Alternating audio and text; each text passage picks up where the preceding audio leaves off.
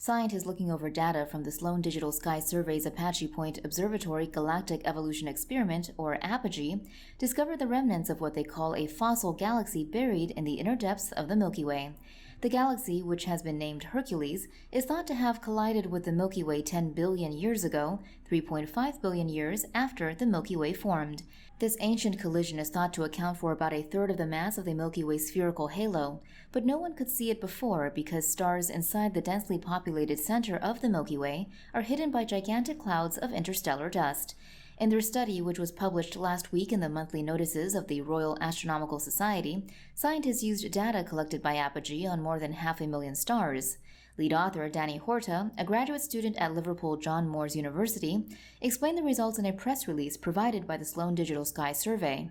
Of the tens of thousands of stars we looked at, a few hundred had strikingly different chemical compositions and velocities, he said.